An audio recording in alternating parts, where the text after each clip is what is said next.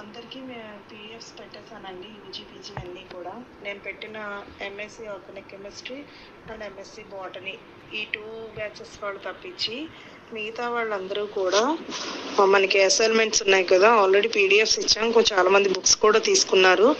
So books లేని వాళ్ళు PDF చూసి, లేదా మనకి చాట్ జీపీసీ అని ఉంటుందండి, ఈ పీడిఎఫ్స్లో క్వశ్చన్స్ తీసుకుని బుక్స్ లేని వాళ్ళు చాట్ జీపీసీ ద్వారా అయినా సరే క్వశ్చన్స్ ఎంటర్ చేసి కంపల్సరీ అసైన్మెంట్ మనకి 20 లోపు, అంటే ఈ మార్చి 20 లోపు నాకు సబ్మిట్ చేసేయాలండి.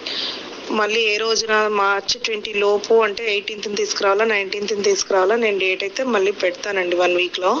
సో మార్చి 20 లోపు అయితే నాకు సబ్మిట్ చేసేయాలి. సో నీట్గా రాయండి. అండ్ నేను చెప్పాను కదా, పెన్సిల్తో బోర్డర్ చేసుకోండి, 1 సైడ్ పేపర్ రాయాలి. అన్నీ కూడా చెక్ చేసుకోండి. ఒక క్వశ్చన్ వచ్చి 2.5 3 పేపర్స్ రావాలి. 20 pages బిలో ఉండకూడదు, 20 pages అబోనే ఉండాలి రికార్డు. 20 pages పైన 2-3 ఉన్నా నాకు ఓకే, 20 pages బిలో అయితే ఉండకూడదు. ఈ 2 కోర్సెస్ తప్పించి మిగతా వాళ్ళందరూ కూడా నాకు 20 లోపు అసైన్మెంట్స్ అనేవి ఎట్టి పరిస్థితుల్లో నాకు సబ్మిట్ చేయాలి. 20 తర్వాత కుదరదు, ఓకేనండి. ఎందుకంటే మనకి ఏప్రిల్ 20 తర్వాత 21ని మేము సబ్మిట్ చేసేయాలి వాళ్ళకి.